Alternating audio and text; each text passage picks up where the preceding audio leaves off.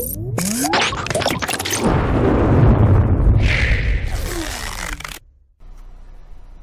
welcome to the broadcast, everyone. This is Leland Best coming to you from Leland Best Live on Facebook today.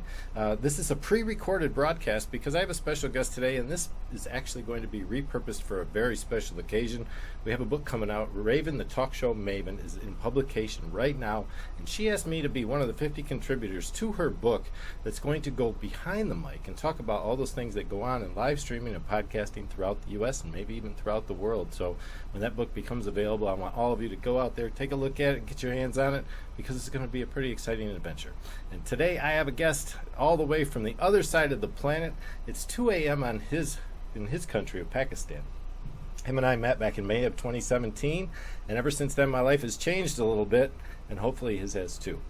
This is Rayhan Allahwala, entrepreneur and businessman from Pakistan and also from here in the U.S. So Rayhan, welcome to the broadcast today. I appreciate you coming by on such short notice. Thank you. Honor is all mine, sir.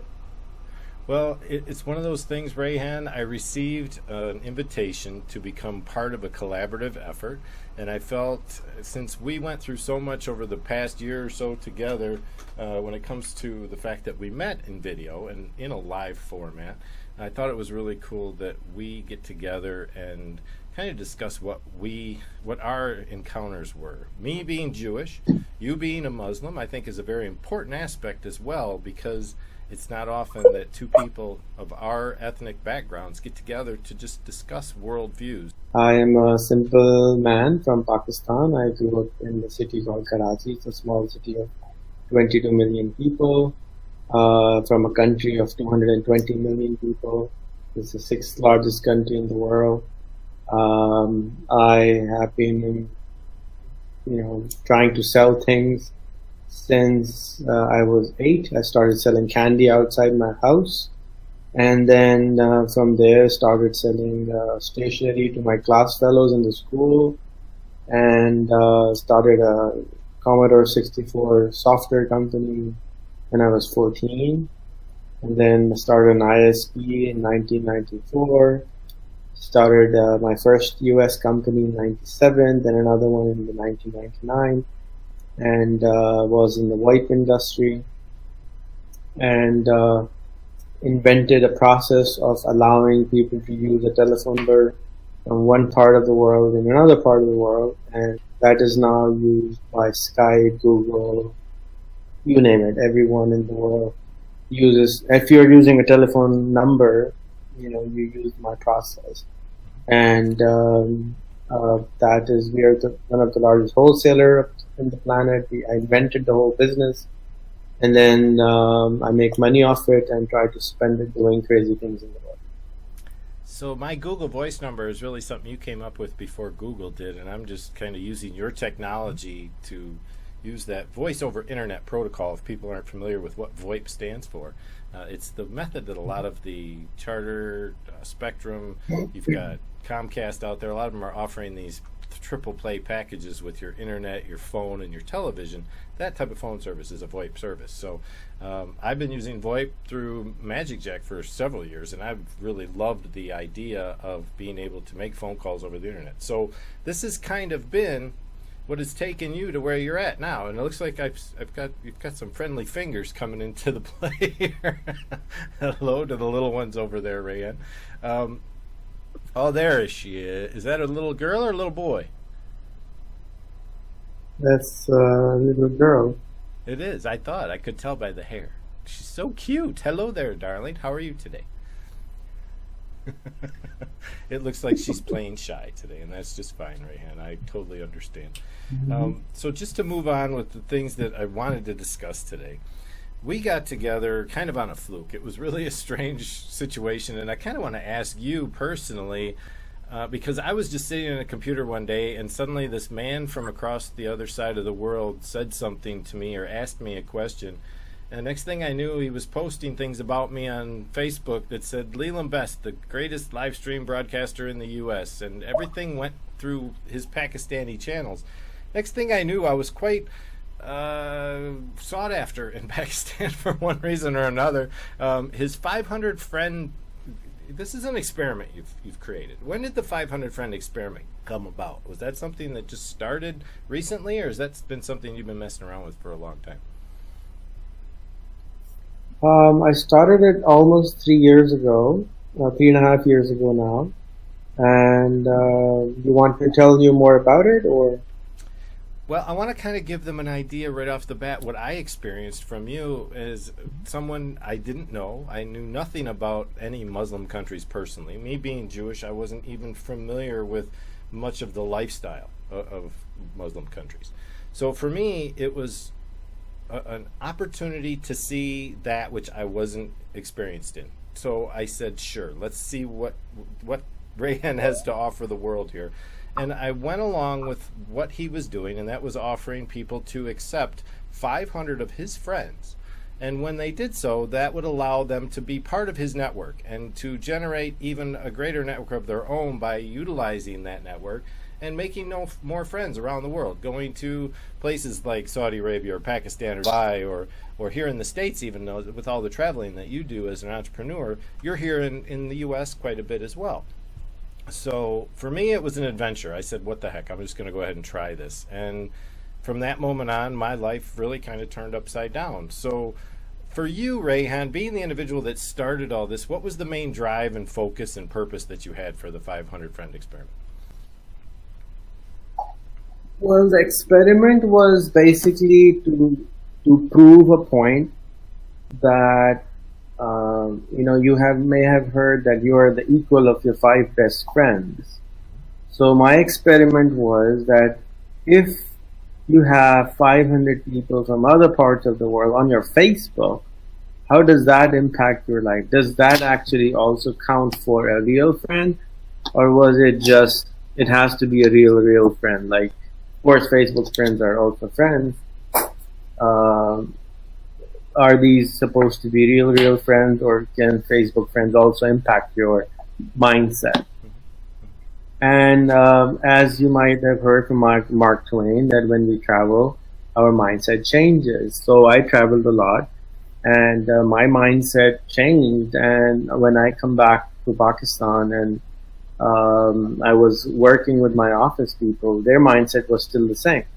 So I was running a company in the US from Pakistan. I was not allowed for 11 years to come and visit my own house or my own company in the US. So I had to somehow train my guys to learn how to deal with Americans. So, or understand the culture and what's normal and what's not. But I can only teach so much, right? The School of Hard Knocks teaches you a lot more. So I wanted to see if they just added my 500 Facebook friends who are not from Pakistan, what their mindset changes, because their newsfeed will change, their interactions will change, their conversations will change, their habits will change, because the reason you speak English is because you were born in a house which speaks English. I was speak Urdu because I was born in a house which speaks Urdu. It wasn't your doing, it wasn't my doing. It just happened just because the surrounding was speaking a certain language. So what happens if we actually surround you with 500 people who are not like you? So what happens to your mindset? That's what I wanted to prove. And after giving away 350 laptops, I have found out that it actually just totally disrupts your mindset and makes you courageous. It makes you a world citizen. It makes you a less judgmental. It makes you more empathetic. It makes you a world, a more broader vision. Is you become a more person with a bigger vision in your life, not just a person who has not traveled. So even if you have not traveled physically, these people who are from around the world are helping you seeing things which you will see if you were to travel. And these are things which you can't read in the book. These are things which you can't really, you have to observe them. These are so small little things that you have to actually be there to, because nobody notices them. Locals never notice small things.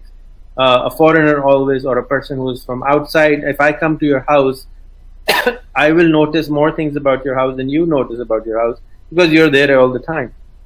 So it's like that, what happens to you, and you kind of change. You become a better person. And I wanted to sort of make it essential. It's like Mark Twain said once, that I wish everybody in the world could travel. But unfortunately, only less than 5% of the planet has a passport, so they don't really travel.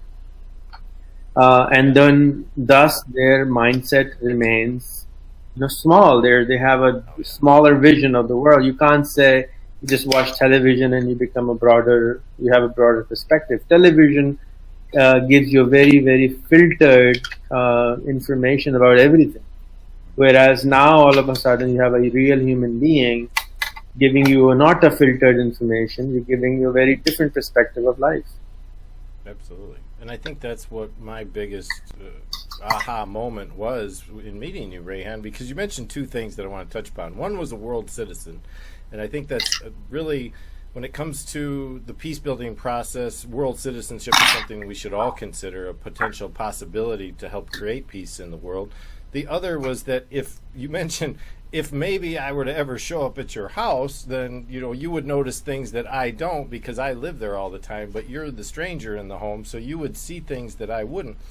And thankfully you had the opportunity to do just that with me, and I want to thank you for that, because it also gave me another perspective as well.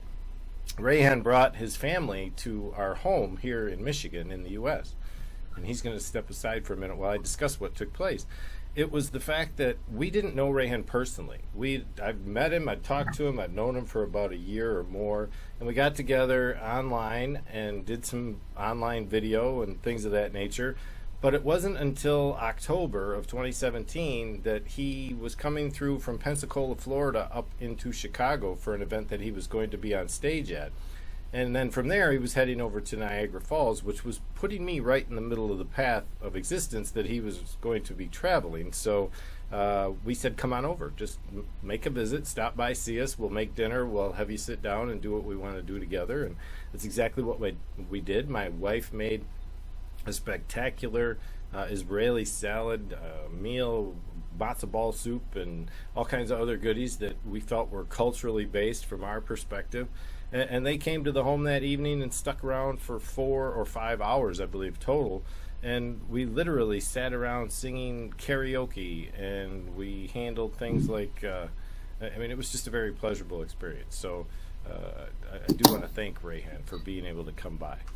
I was just letting them know, Rayhan, while you were aside, that we did get together. My wife made a meal for us to sit down, a colloquial meal, you might say, and just sit and be people, instead of talking about the differences that we had so much as the same likenesses that we had, the things that we enjoyed as individuals, as humans, as the ability to sit down and have a meal together and just discuss current events, and then to go and sit in the living room and not only do a little bit of live karaoke ourselves, which got recorded and put on Facebook later, but we sat and discussed some important issues in my living room on Facebook Live that night.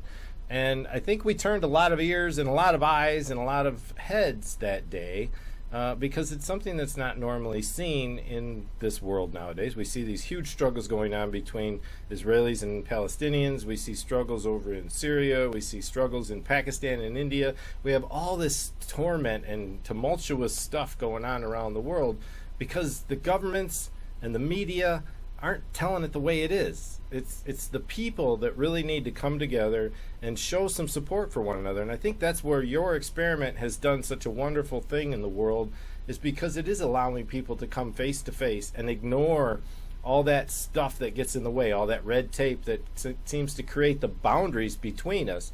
And now we're just communicating, we're connecting one-on-one. So you have Rayhan University. And what exactly is Rayhan University's focus? I know this is a big entity. It's not something just it's not an out of the hat type thing that you have going here. What is the main focus of Rayhan University?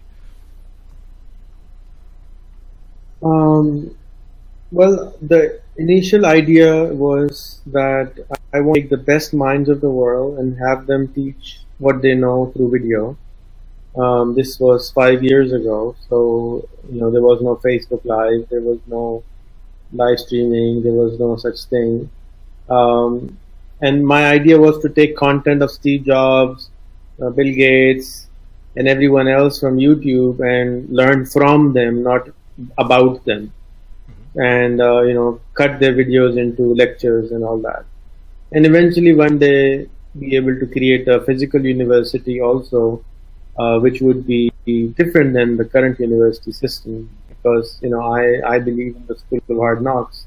I believe in learning from the right person rather than just learning everything. So I'm now finally starting to build Education City, which will be 100 acres of space just designed for educational institutions to come and start their own university there, or a branch of their own university, and Rehan University hopefully will be there also. Well, that's beautiful, because Rehan, you've also been a supporter of a project I'm involved in as well, temporarily at this point, but will be much more involved with in the nearest future, and that is over at Amy Carrier's classroom. We've kind of gotten together some of the greatest mentors I've really been accustomed to, from places like Pakistan and India and South Africa and Sweden, the U.S., and many more to come, like Malaysia, Southeast Asia. We've just got we've got China on board, possibly. However, we're going to mix that into things with some other people involved. So we thank you for that. We really appreciate the backing that we get from you as a supporter to come to these events where we have people giving out information for free, where we're trying to help what Amy calls disrupt education. And I feel you're one of those as well, that you come out here to try and show people that going to high school and getting a diploma and then a degree and then getting a 9-to-5 job is not necessarily the way you're going to succeed in life, that you have much more potential as an individual, as a human being, that you should be able to find that passion, that one thing in your life that you're best at, and just do that thing and do it well and find that little place in the world where you can do your best. And I think that's what you're showing the world that they're capable of, is each time you introduce a new individual to someone on your list of people, they find another individual that's a lot like them, I think. And let me just ask you that. How many, out of all the individuals that you've met on the planet, which I'm sure is quite a few, I'm sure your network is near 1 million people or more by now, what has been the biggest struggle for you going around the planet, just talking with people? What's the hardest thing you have to deal with? I think we have been educated to not be vulnerable, and very, very, very, very, very few people allow themselves to be vulnerable. And when they allow themselves to be vulnerable, amazing things happen. In your case, you allowed yourself to be vulnerable, and you allowed a lot of people from my part of the world to become your Facebook friends, except for instead of saying, oh, they are some kind of jihadis doing a Facebook jihad on you. You went and said, hey, here's an opportunity for me to learn about them and educate them about what I know. Amy, you just mentioned, and she took a lot of time to become vulnerable. She's a very sensitive woman. So I connected with her in person, then on Facebook, and she wouldn't allow me to do anything with her on Facebook. She's like, no, this is my personal space and I'm not going to let anything happen. I said, well, it's not your just personal space. You can do much more than that. And it took me a long time to convince her to open her follower function so she can have followers. She would, most people have this concept of so-called privacy, which doesn't really exist, but they still have this concept that there is such a thing called privacy. And they need to understand. So I need to come out with this book which actually explains what privacy actually means in the 21st century and what you should do to protect yourself instead of trying to do stupid things which really doesn't protect yourself. And then, when I was with her last year, I took her phone and she was like, oh, what? And I was like, what do you want to do, Amy? What do you really want to achieve? She's like, I want to educate a lot of people on entrepreneurship. I said, well, how many is a lot of people? She said, I don't know. I said, well, how about 2 billion people? She said, okay, fine, I'll teach 2 billion people. I said, okay. So, but you already have some students and I don't know them. Can I know them? Yeah, but they're all over Facebook. I said, well, can I make a group for them? So I went ahead and made a group of Amy Carrier's classroom and, forced her into having all that. And that is when things start to happen. Yeah. We all need pushing. We all need a, kick in our butts.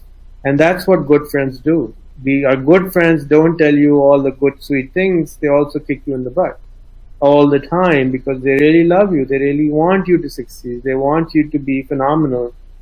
And if you trust your friends, you should let them kick you in the butt if you can, because that will give you, opportunities to learn to swim or do anything else which you're not comfortable in doing. And that's what my project has taught me. My meeting of people has taught me that the world is, on one side, technology is moving at a radical high speed.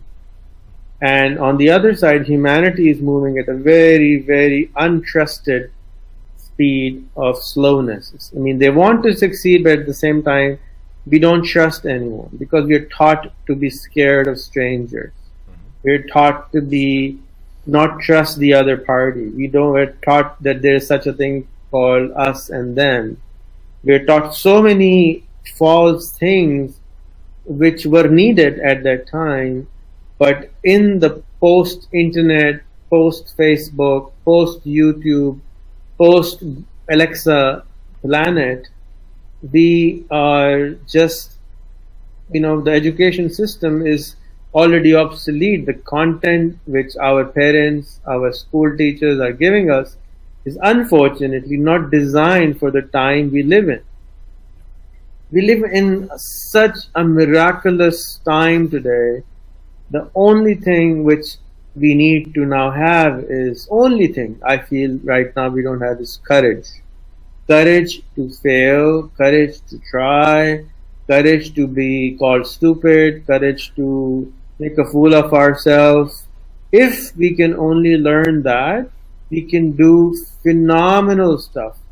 Everything you need to learn today is on YouTube. Everything you need to learn is on YouTube, except, everything literally is there, except those friends are not there who are kicking you literally in the butt. And we need to learn how to live with all this new technology. I was reading a book with my son the other day, Diary of a Wimpy Kid, and it's a beautiful first few pages. How he was explaining that why should I exercise? Why can't I invent a way not to exercise? Or why do I need to eat healthy? Why can't I invent a way not to eat healthy? So this wimpy kid is, I saw myself as that wimpy kid. But I really think, after a long time, this book, which is now, not so fad, it's actually, in the mainstream book, it's allowing you to think that the reality is that everybody will have a smartphone. The reality is that everybody has access to internet. The reality is everybody has electricity. The realities have changed, and the reality also is that it's possible that a cosmic power will somehow send a comet to the planet, and the comet will be, planet will be gone tomorrow. Yes, it's possible, but it's not. We're not really planning for that, are we? But at the same time, we need to start not planning for things which are not going to happen. We are not going to be living without electricity. We're not going to be living without the internet. We're not going to be living without the smartphone. Hello, how about actually learning to use these things in a better way, where the world can actually take advantage of, the opportunities on the planet. The United States has amazing opportunities, and some guys are telling that they don't. And it's the world is like a bouquet with different flowers. Americans have different capabilities. Pakistanis have different capabilities. Israelis have different capabilities. And these capabilities came by our natural circumstances, not just by our education system. You have different abilities living where you live in a beautiful area, you live near a very interesting area which the housing pricing has crashed, and people can actually own things for unbelievable pricing. But nobody is really taking advantage of it. Most people don't know about it. When I was driving through Flint, I made a video, and a lot of people wanted to buy housing even because they don't want to even live there. They want to just buy a house because they can. It's affordable, and put up an office over there, put up a remote office over there, put up a vacation home over there, put up a once in a year house over there, like I have in Florida. So it's like ridiculous pricing. $5,000 and $8,000 for a house, dude. Hello. There is a little backstory there for the whole process. Flint did go through a major water crisis. There was a lot of lead discovered in the pipes that when they transferred water from the port. If I drink water in Karachi, I will get sick. So everybody uses this guy's water, which he's trying to put this in your part of the world. If I drink tap water from my city in Karachi, 22 million people, if they're sick, I have to go to toilet every 2 hours. That's the amount of bacteria we have. So forget about Flint, Michigan, dude. We know how to deal with it. So, but people are in, a house over here, an apartment over here starts at $150,000. In Michigan, Flint, I can buy a house, a mansion for $25,000. That's sick. That's like, why can't I buy it? So the world is, I think, it's going through a very interesting time. And today, a small little incident happened. I'm talking too much like you today, by the way. But I went to buy some groceries, and I met, there's a new grocery store from Holland opened in Pakistan, and it's called Spar. And I went and saw the milk guy, and I said, can I wanted to buy 2 liters of milk. I told him I want to make cheese. Which one do you recommend I should buy? He said this one, and I said, okay, well, I don't know what we talked about, but then he started talking about, you can make milk like this and like this and like this with cheese. I said, how do you know about all this? He said, I watch a lot of YouTube videos about making cheese. And I said, really? Seriously? So why don't you make cheese? Why don't you start a cheese business? We can't find good cheese in Pakistan. Why don't you start that business? Oh, I have no time here because I'm working all the time. I said, how much is your salary? He said, $500. I said, wow, that's a good salary, dude, for a milk shop guy. But do it on a Sunday, and let's do it. And I will help you. He said, hi, yeah, I know you. I will show you a lot of your videos also. And I know you, and I said, this guy who opens Spar is a friend of mine. I know who he is, and he will help us sell your cheese if you make it. Oh, okay. So, but the insight which I got today was that this guy who was there standing, he has his basic education. He's just doing milk selling. He's not running Colgate and Palmolive or Nestle Corporation. He's there. He's smart. He's learning on YouTube. And he was mentioning some guy from France who was running after and making special kind of cheese. I'm like, wow, what's going on? This man is learning from this guy in France who's making cheese. And that gave me hope. And my hope is that a lot of these kids around the world are actually learning things which they really like using YouTube. But as I said earlier, the one component which is missing is the courage to actually say, I am going to try to do this.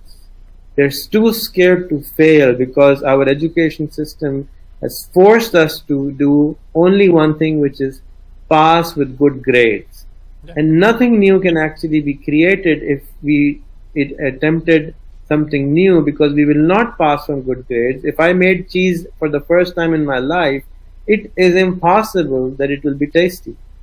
If I cooked anything, lucky. yeah, you could get lucky, but in general, the chances are that I will fail for a few times, just like a kid has to fall a few times before they start to walk, and before they can run, they have to start walking. So, but this basic thumb rule is not taken in life. And our life has been labeled that you have to be super successful, you have to get good grades. Every time you go and ask a grandmother, what will she say? Oh, are your grades good? Are you doing good in school? What is good? What does that even mean, to be good in school? So that means that we're not teaching people how to live properly, and that is stopping us from becoming a good humanity. We are trying to become perfect, which we will never be, because we're human beings. We're not robots. We're not supposed to be perfect. We're supposed to be, my nose has to be big, your nose has to be small, my hair has to go away, it has to look crooked, I don't look as handsome as Tom Cruise, so what can I do? I don't. So how can I win from this guy? Never. But we're all unique. And that's the one thing I find around the globe is missing. I think right now, the biggest component we should focus as humanity is finding and giving people courage. And that's how Facebook live stream and Facebook and YouTube videos and Facebook interviews help a lot, because it is the second most fearful thing people have to go through, which is being on the spotlight. And when they speak, they get courage. And then they get courage, they say, oh, interesting, this is interesting. And they're actually able to do something bigger and something bigger and something bigger. So right now, for the next 18 months, Rabia has created, one of the people I've found through Facebook, has taken up the challenge to train 10,000 people to do live stream from Pakistan. And do interviews on Pakistan. I think it will change the destiny of the planet if we did that. That's good. Yeah, and I have to agree with you in part, and even in a greater part, Rehan, because what I've been witnessing, I've been in live stream broadcasting since back in the 80s, obviously, when it comes to just radio and television in general. And then it worked its way into the internet over the years, obviously, and that started early as well in the 90s, when the first band ever played a live stream on the internet that took up nearly half the bandwidth that was available at the time. Now, with these systems and processes and new software developments and higher speed internet services and computers that we have available to us today, this reaching out through live video is now available in real time. This is not something that we've always had at our disposal. There was usually a large delay in the processing between you and I, especially being on separate sides of the planet. It was very difficult to communicate one-on-one because of that delay. And now we're experiencing, with the newest iterations of WebRTC and the latest up speeds to gigabit internet, we're finding that this real-time connection can be made anywhere, just about by anyone. And it doesn't matter what you have. Even if you have a 3G telephone, you can at least connect on video with other people and have a conversation. And I think that's what's really starting to change the face of the planet, is our ability to connect with each other and not take, and you said something earlier that unless you're really standing in someone's shoes, you don't know what their life is like. And the only way you're really going to know what that's like is to ask them personally, or to find out from them personally. You can't take word of mouth, because we know the old tin can story. You say one sentence through a tin can, and as it jumps from person to person to person, it's going to change, and it's not going to be the same story it started with. So now we're in a point where we're connecting people. We've got people coming together. We've got this disrupting of education that we want to forward. What's your next mission, Rehan? What do you see being the next great thing that you can tackle? We're coming out here doing these live interviews. We're getting people on board with this. People understand its need, its purpose, its use. We're seeing people from different countries connect. What more can we do next? What would be the next step?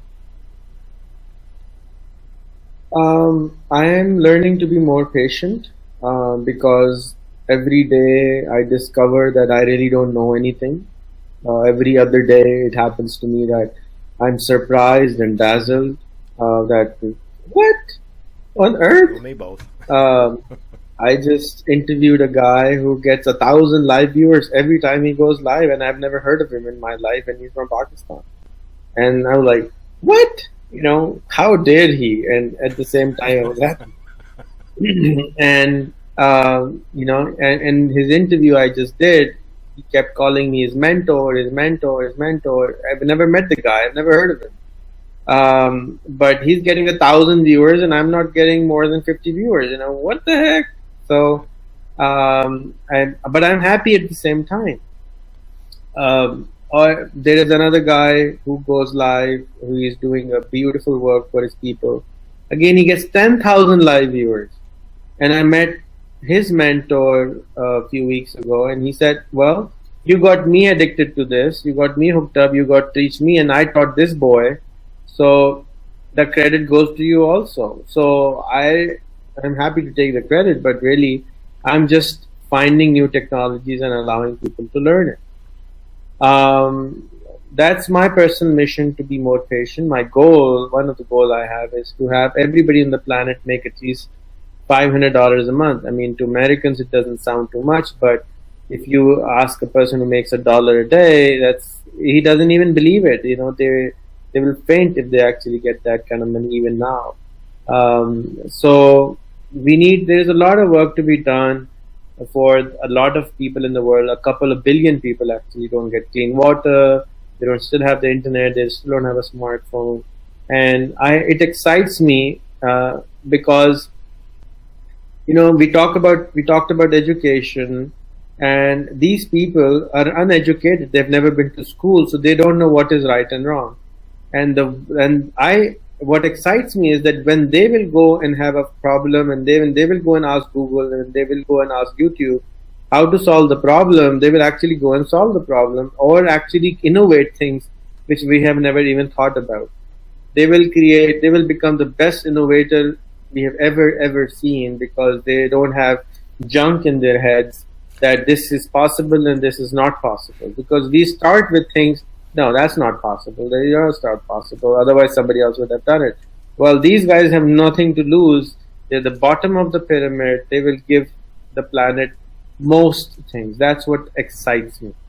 Beside that, to pass.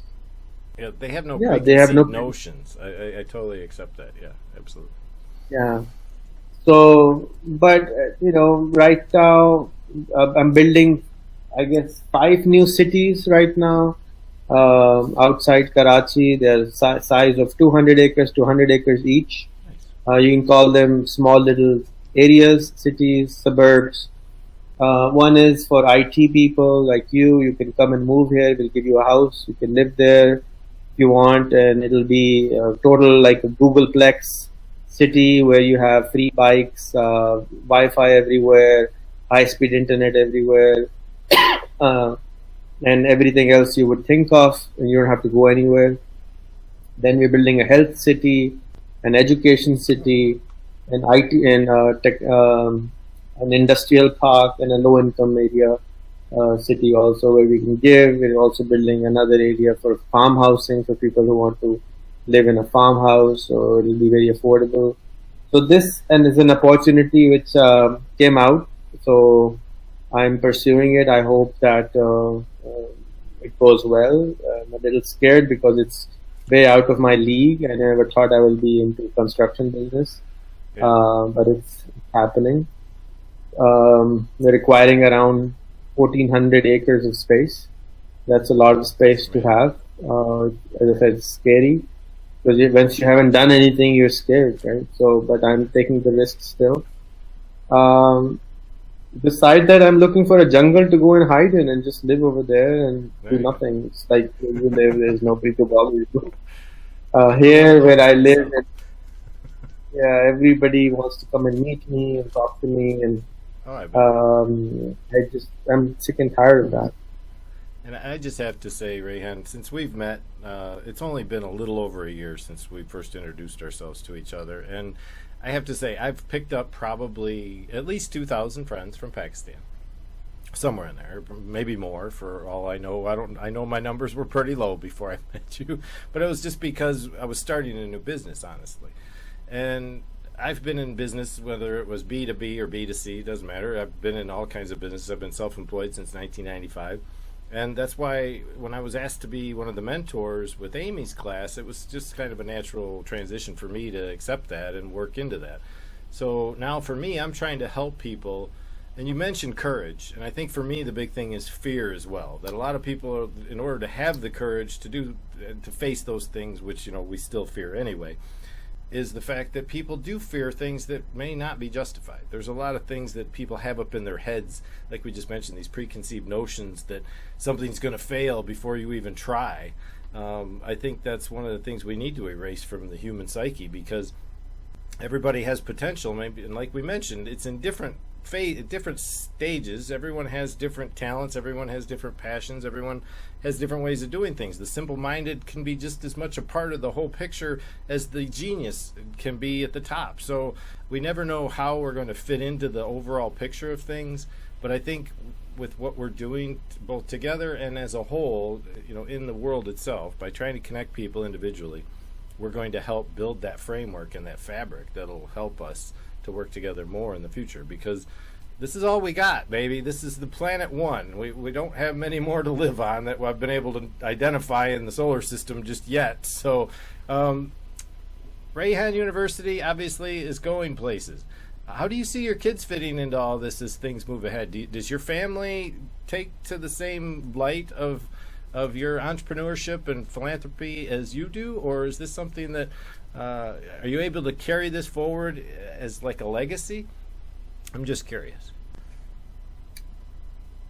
I don't know. I don't try to force them. A typical Pakistani father will say, "Yes, he is my son. He will be doing as I tell him."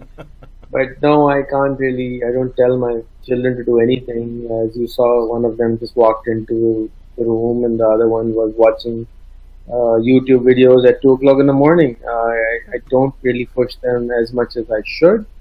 I think I'm a confused human being when it comes to parenting. I didn't take the course on how to do it. I didn't get the memos on what's the right way to be a parent. And sometimes I'm scared that they will become like weed, growing and doing everything from here and there, and I want them to be into a really nice garden. But I want to be strict like a gardener to cut them into things which mold them into things. But I don't know. It's a very challenging. I wish I had a course done on parenting, or I had previous experience of doing that or something, but I don't, and I don't know what will happen to them. I trust my kids. I think they're very independent. I've raised them to be extremely independent human beings who are being Pakistanis, especially living in Pakistan. I think they will be fine. Even so, I always see, okay, what if I die tomorrow? Well, how would they do? I think they will be fine. As far as I think, you met 2 of them.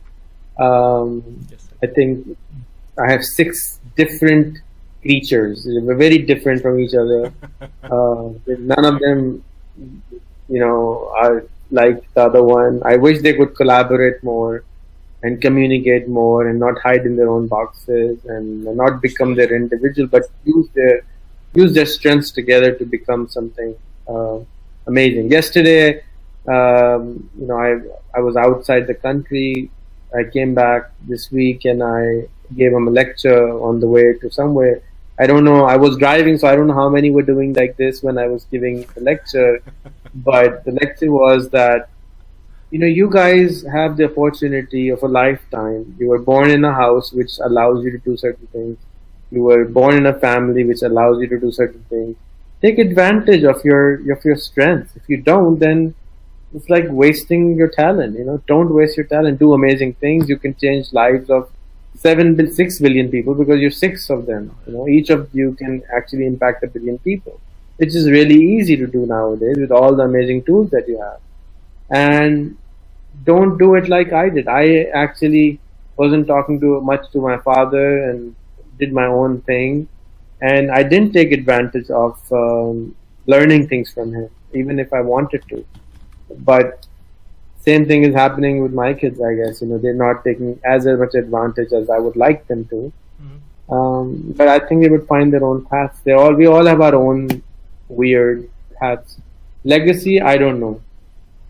I was just curious. I thought it'd be something I wanted to bring up because I thought your children were a wonderful example of what myself, my wife, and I always believe that you should raise a child up in the way he or she should go. And I think really just your own representation of self and your ability to connect with people globally is probably enough inspiration for your children over time. They will see the reaction you get from the people you connect with, and they will also see the effect you've had. And I think that's going to make them it's going to leave them in a much better position as they grow to be adults as to how they're going to handle their adult life. So I don't think you have much to worry about there, Rayhan. I would relax in that regard. I'd like to wrap this up, though, Rayhan, with a few questions from what we call one of the greatest interviewers here in the U.S. It was a gentleman by the name of John Lipton, and he used to get some of the largest celebrities and politicians and people of importance in the world on his show when he did his interviews. And there were questions that he would ask toward the end of the interview that were just off the cuff, not related to the topics of discussion whatsoever, just as a means to get a little bit of a inside picture of who he was actually interviewing at the time. So if you don't mind, I have 10 questions I'd like to ask you that are just kind of arbitrary. We'll see where they go, and we'll just wrap it up with those as we finish up. So Rayhan, I'll ask you this first question is, what is your favorite word?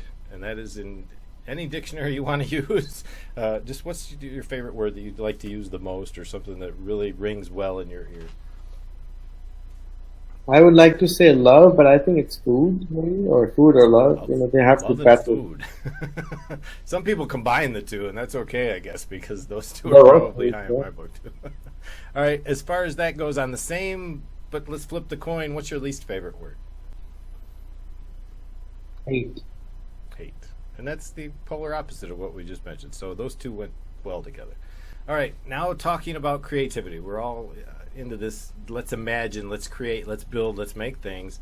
What excites you creatively, spiritually, and emotionally? Now, you can make that all wrapped into one, or you can break that out and have three different aspects to that: creative, spiritual, and emotionally. What are your biggest exciting turn-ons?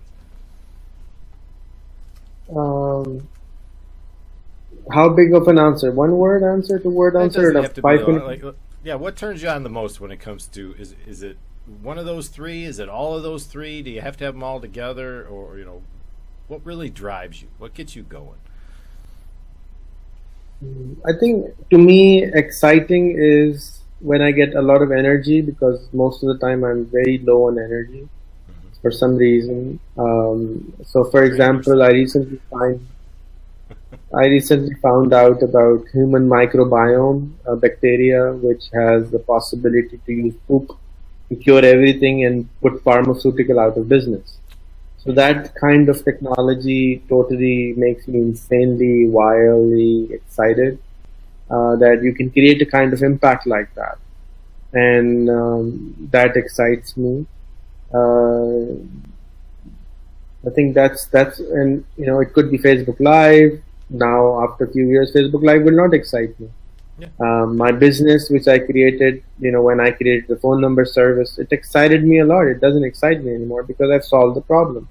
Yeah. So I guess I'd like to solve grand challenges of the world. And the bigger the challenge, and if I can see myself doing something about it, it excites me a lot. And that's really the same. I like to flip these coins over each time. So what bothers you about creativity or spirituality or the emotional situation that we're in right now on this planet? I mean, there's obviously some things going on, and you've asked similar questions yourself out there in public. Like, if you were the Prime Minister of Pakistan, what would you do? If you were the President of the United States, what would you do, kind of thing. So what bothers you the most about what's going on in the climate right now? People have a lot of fear. They have less courage.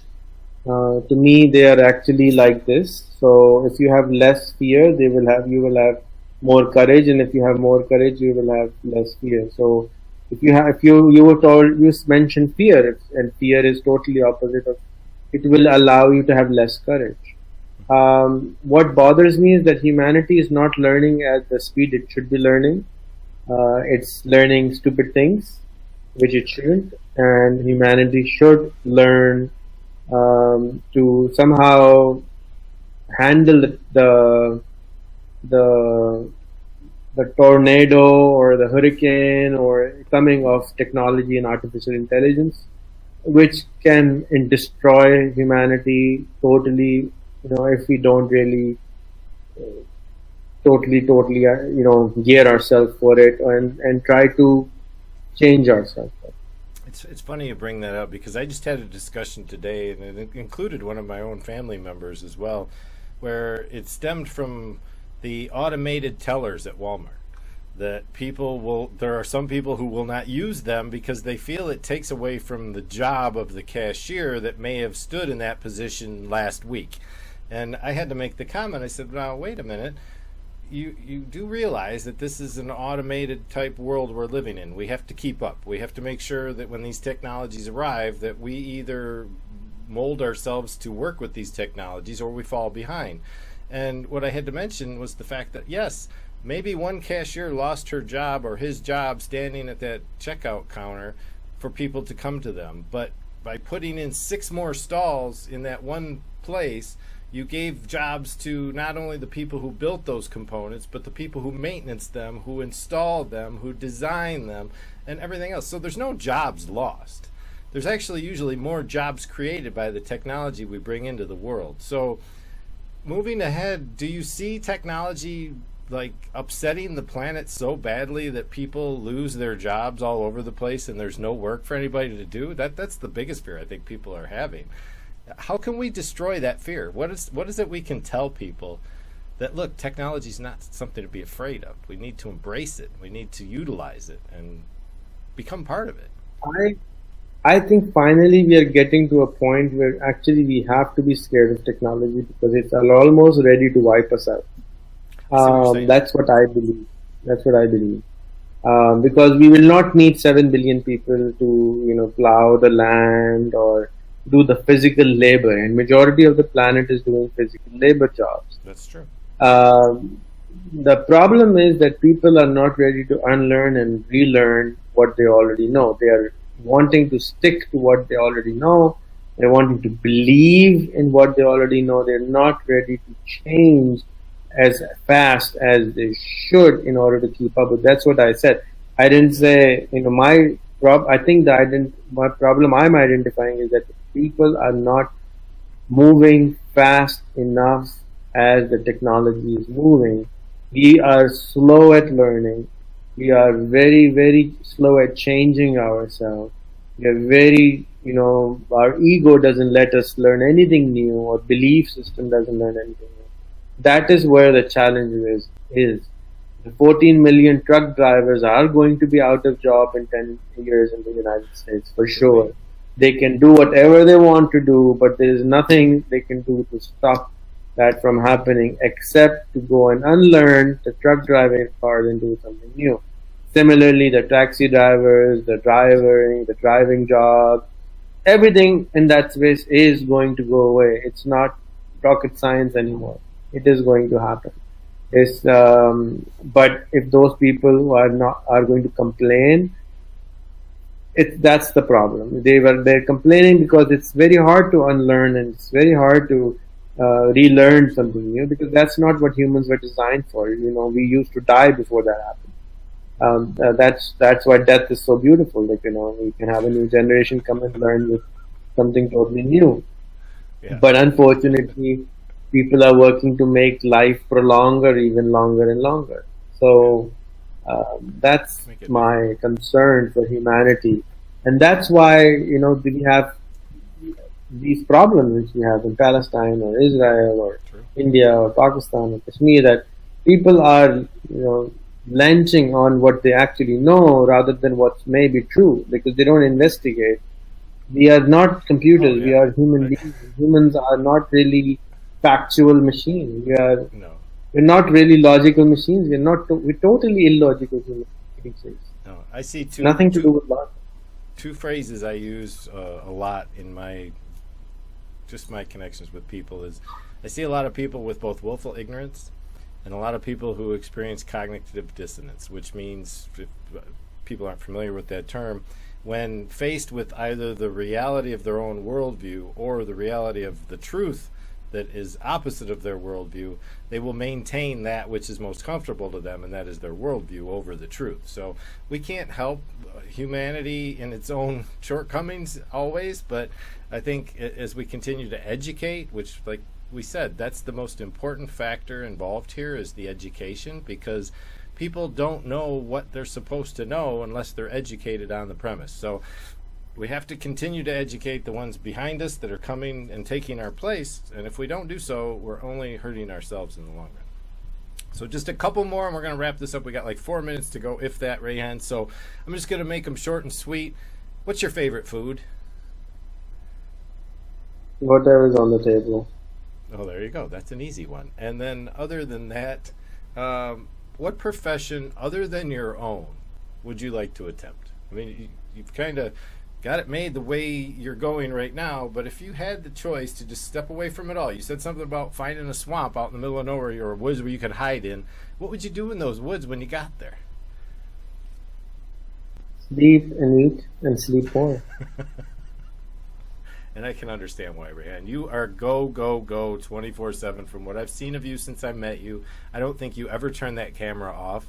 You're constantly day to day to day going from one country to another, from one state to another, from one person to another, just trying to make connections around the world. And I think the world will appreciate that in the end when they realize what you've done for it. So I want to thank you personally for making me part of your network. I do appreciate it. And I'm looking forward to all those great connections that I have the opportunity to make as we move forward also. So I want to thank you for taking also the time out of your day, your busy day, to come and spend this hour with me for this interview. And as soon as we get this publication in process and this transcript makes it over to Raven, the talk show maven, we'll make sure that this becomes one of the 50 behind the mic scenes in her new book, which will be one of the biggest publications I think she's had out ever. She's looking at New York bestseller list. She's got several big celebrities involved in this project as well. So we'll just see how it all pans out in this next month. It's looking to come out in July. So as soon as I hear the word on when the publication's ready, I'll let you know. All right. Thank you for the opportunity. Absolutely. You're the best. Yeah, I do my best whenever I can. But it wasn't until you showed up on the scene that I really started to realize that me getting on camera and doing what I do best is probably where I should be anyway. So I've been bouncing around doing all kinds of other things since then. So thanks for that. One last question before we go, Rayhan. If heaven exists, what would you like to hear God say when you arrive at the pearly gates? Oh, how have you been? Where have you been? I've been waiting for you. And I'm sure he will. Very much. All right, Rayhan, thanks so much for taking this time out of your busy evening. I know it's 2 a.m. there, so you go ahead, get some rest, get some sleep. I'll give you the follow-up on this. Once I get it, I'll get this into post-edit and take it from there, and we'll have a much better product when we're done. Thank you, Leland. You're the best. All right, thanks, Rayhan.